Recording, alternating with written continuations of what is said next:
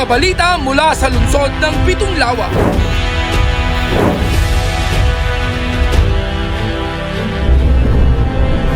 Mga pabatid mula sa alkal sa mga tanggapan ng lokal na pamahalaan at pangnasyonal. Mula sa sangguniang panglungsod, isisiwalat at ilalathala. Abangan ang eksklusibo at eksplosibong mga ulat tuwing Sabado at Linggo, alas 6 ng gabi. Ito ang Balitang San Pablo! Narito ang mga balita para sa linggong ito. Pagpupulong para sa epektibong pangangalaga sa Pitong Lawa, isinagawa sa lungsod ng San Pablo. 1,436 beneficiaries tumanggap ng educational assistance mula kay Congressman Loreto S. Amante. Tourism Council members nanguna sa pagbubuo ng 5-year Cultural Development Plan ng lungsod ng San Pablo. City Administrator Larry Amante patuloy sa pagtanggap ng mga bisita sa Convention Center.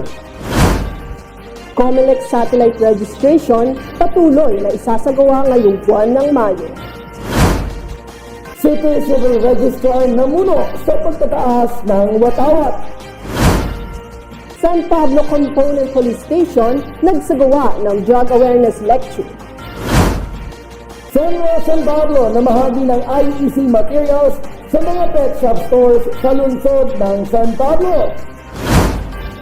Emergency Response and Early Warning System Orientation isinagawa ng CDRRMO sa Barangay 7A.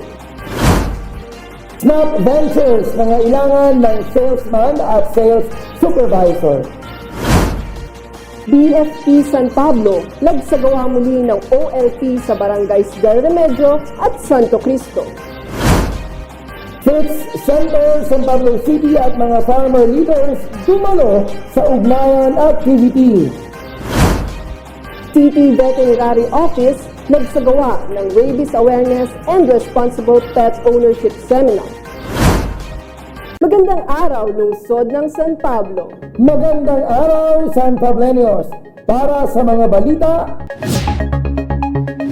pagpupulong para sa epektibong pangangalaga sa Pitong Lawa, isinagawa sa lungsod ng San Pablo. Para sa mga detalye, narito si John Ray Sebastian. Sa pangunguna ni Mayor Vicente B. Amante ay patuloy ang pakikiisa at pakikipag-ugnayan ng lokal na pamahalaan sa iba't ibang sektor upang makatulong sa kaunlaran ng lungsod. Kaugnay nito ay nagkaroon ng pagpupulong ang mga department heads ng pamahalang lungsod, kawani at estudyante ng University of the Philippines, Los Baños noong April 22 na ginanap sa 3rd floor conference room, City Mayor's Office. Pinalakay dito ang effective lake governance of the 7 small crater lakes in San Pablo City. Pinag-usapan ang mga datos na nakuha ukol sa Pitong Lawa, mga nakitang issue at posibleng solusyon. CIO John Ray M. Sebastian, Balitang San Pablo. 1,436 beneficiaries tumanggap ng educational assistance mula kay Congressman Loreto S. Amante. Para sa mga detalye ng balitang yan, narito si Ella Diaz.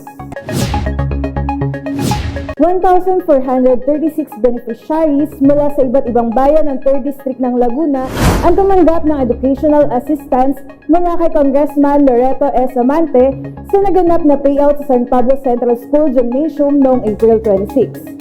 Ang financial assistance ay sa ilalim ng Assistance to Individuals in Crisis Situation Program ng DSWD.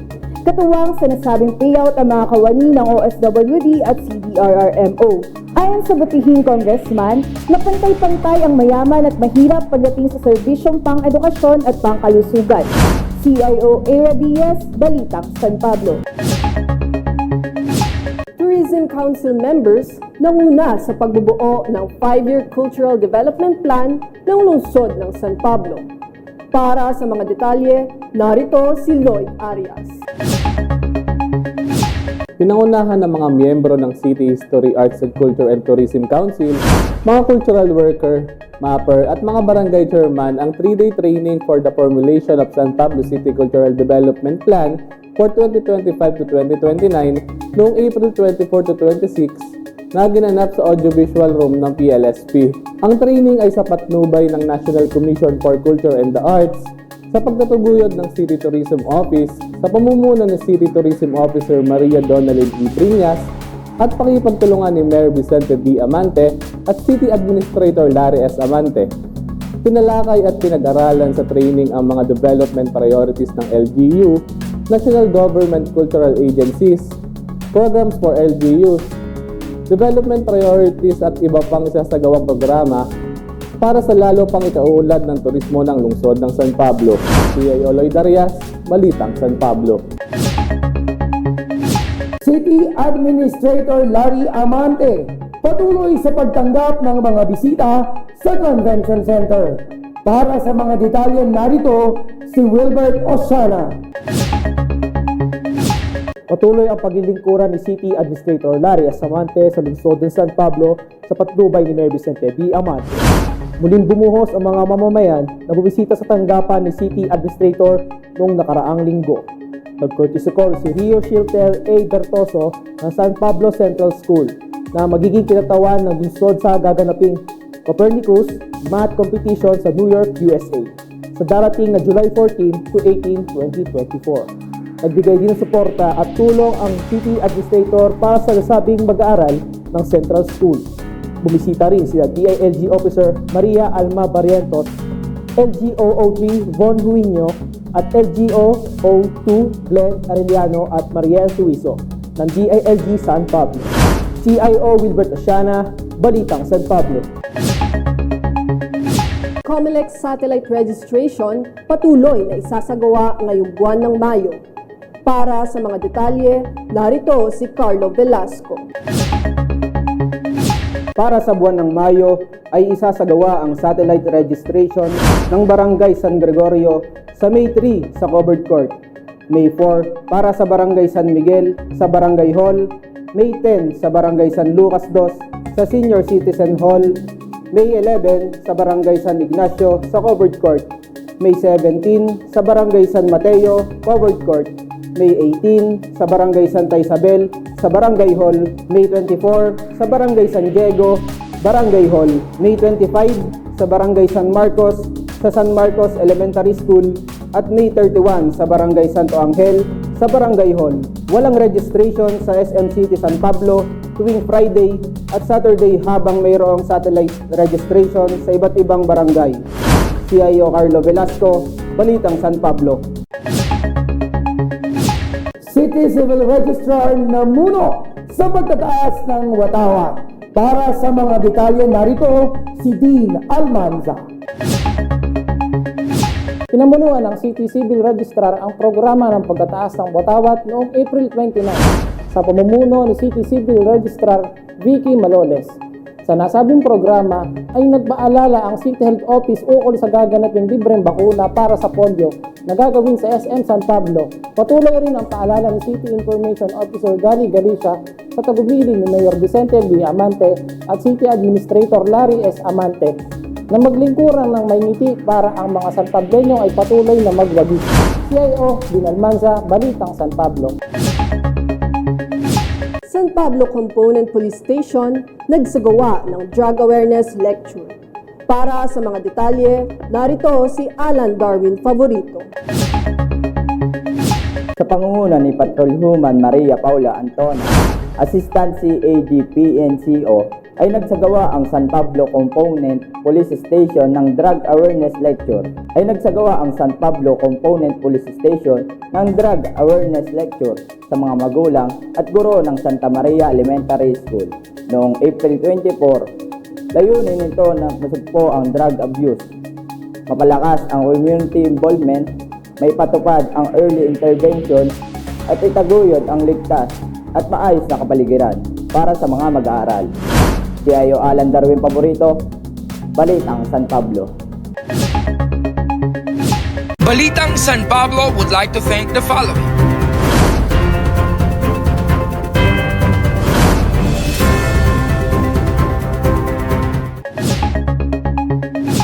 Senro San Pablo na mahagi ng IEC materials para sa mga pet shop stores sa lungsod ng San Pablo. Ang mga detalye mula kay Marjorie Gatchalian. Sa pagtataguyod ng Senro San Pablo ay nagsagawa ang kanilang Wildlife Enforcement Officer ng quarterly monitoring at distribution ng IEC materials sa iba't ibang pet shop store sa lungsod. Ito ay ukol sa Republic Act 9147 o ang Wildlife Resources Conservation and Protection Act of 2001. Ang nasabing batas ay para sa control and supervision of wildlife capture, hunting and trade, and promote scientific research to protect biodiversity. CIO Marjorie Gatchalian, Balitang San Pablo. Emergency Response and Early Warning System Orientation isinagawa ng CDRRMO sa Barangay 7A. Para sa mga detalye, narito si Paul Nixon Jonglay.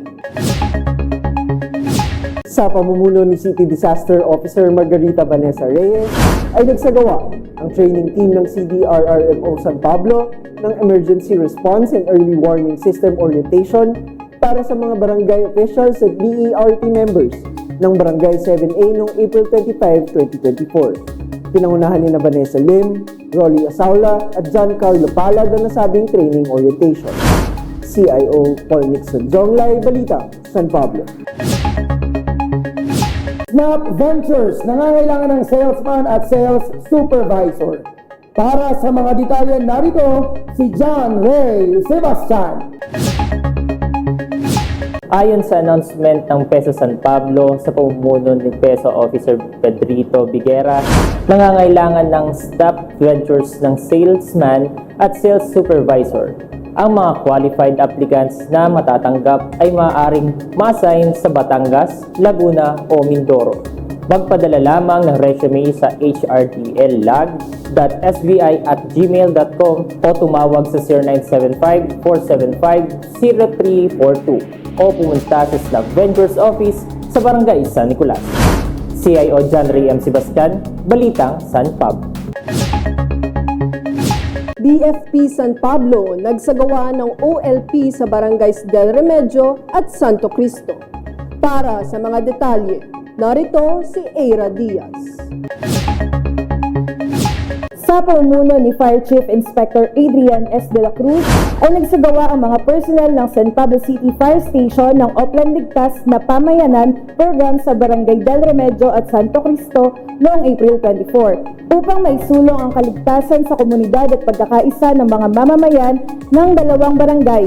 CIO Eira Diaz, Balitang San Pablo. Fitz Center San Pablo City at mga farmer leaders dumalo sa ugnayan activity. Para sa mga detalye narito, si Sofia Velia. Dumalo ang mga kawani ng Fitz Center at mga farmer leaders ng San Pablo City sa ugnayan activity na ginanap sa National Food Authority Laguna Branch. Nakiisa rin dito ang iba pang rice farmer leader, representative ng mga organization, cooperatives at association ng iba't ibang municipality at city ng Laguna. Sa nasabing pagpupulong ay isinagawa rin ang halalan para sa mga bagong opisyales ng Provincial Farmers Action Council. Ayon sa naganap na activity ay maaari nang bumili ng mas maraming palay ang mga NFA sa mga local farmers para sa kabilang buffer stocking para sa mga panahon ng emergencies o calamities. Sofia Villa, SPC Mascom Society, Balitang San Pablo. City Veterinary Office nagsagawa ng Rabies Awareness and Responsible Pet Ownership Seminar. Para sa mga detalye, narito si Russell Melanio. Upang lalong mapangalagaan ang mga alagang aso at pusa, ay nagsagawa ang City Veterinary Office. Nagsagawa ng Rabies Awareness and Responsible Pet Ownership Seminar sa ginanap na Assembly Day ng Barangay San Crispin. Kaya patuloy pa rin ang panawagan ni Mayor Vicente B. Amante na ugaliing pabakunahan ang mga alagang aso at pusa sa tanggapan ng City Veterinarian. Bukas ang kanilang tanggapan mula Lunes hanggang Biyernes para sa libreng rabies vaccination. Russell Melanio, SPC Mascom Society, Balitang San Pablo. Balitang San Pablo would like to thank the following.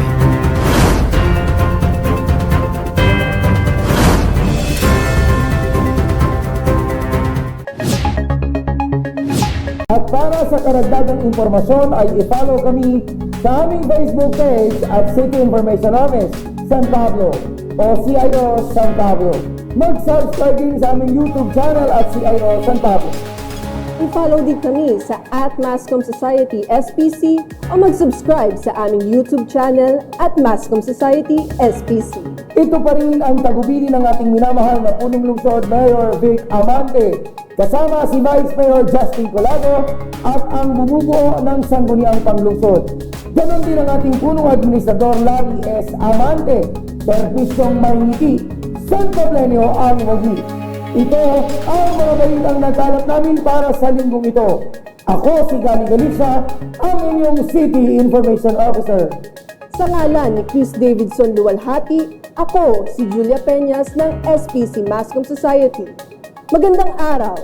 Ito ang Balitang San Pablo!